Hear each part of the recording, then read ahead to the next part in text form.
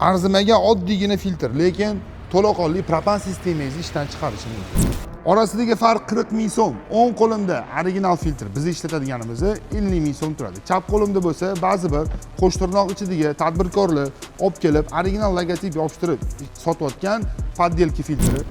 Hozir ikkalovini farqini ko'ramiz. Sizlar bo'lsa bu videoni propanni yuradigan tanishlarga jo'natib qo'yasiz. Filtrdan o'tib ketgan propanni musori farsumkaga tushsa ishdan chiqaradi, map sensorga tushsa uni ham ishdan chiqaradi va kollektorni ham katta muammolarga olib keladi. Birinchi bo'lib poddelka filtri sizlar bilan ko'rib chiqamiz. Buni filtr deb men nomlamayman, shunchaki bir bo'yalgan qog'oz. Eshitishingiz mumkin, filtr o'zi qog'ozdan iborat-ku deb, lekin mana bunaqa originaliga o'xshagan maxsus materialdan foydalanish kerak bo'ladi. Bu musor ushlab qolishi aniq va mustahkamligini ham o'zingiz ko'rishingiz mumkin. Usti qoplama ko'rinishdan bir xil bo'lishi mumkin, lekin mana bunda oddiy filtrda tek qismida prujina chiqadi, ichiga solinadi.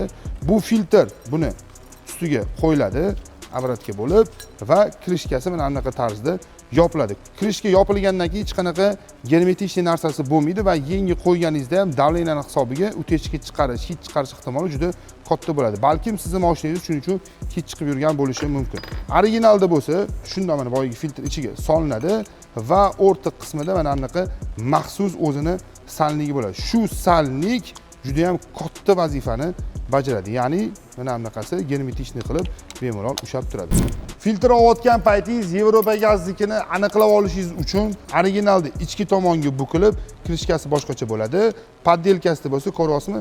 Tashqi tomonga bukilib, tek qismida salnigi bo'lmaydi. Bu videoni propan yuradigan har bitta tanishingizga srochniy jo'natib qo'yaverasiz.